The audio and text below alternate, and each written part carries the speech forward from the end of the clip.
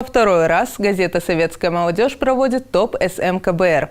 Голосовали болельщики за своих любимых певцов на официальном сайте. А вот кто стал обладателем гран-при, узнала наш корреспондент Регина Куралаева.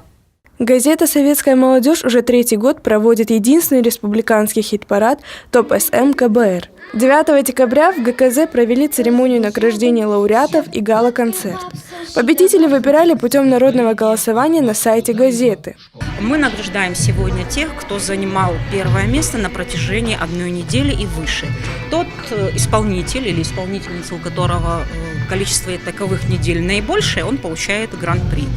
С июня 2014 по июнь 2015 на интернет-портале «Советской молодежи» проходил второй сезон. Каждую неделю в газете публиковались промежуточные итоги голосования. Для некоторых конкурсантов новость об участии в хит-параде стала приятной неожиданностью. Клип продержался там около 2 недель, кажется, на первом месте. И пригласили поучаствовать. Мне, естественно, очень приятно было, тем более такая новость. Были и те, кто участвовал в проекте не первый раз. А сейчас уже второй раз я участвую, тоже по приглашению организаторов.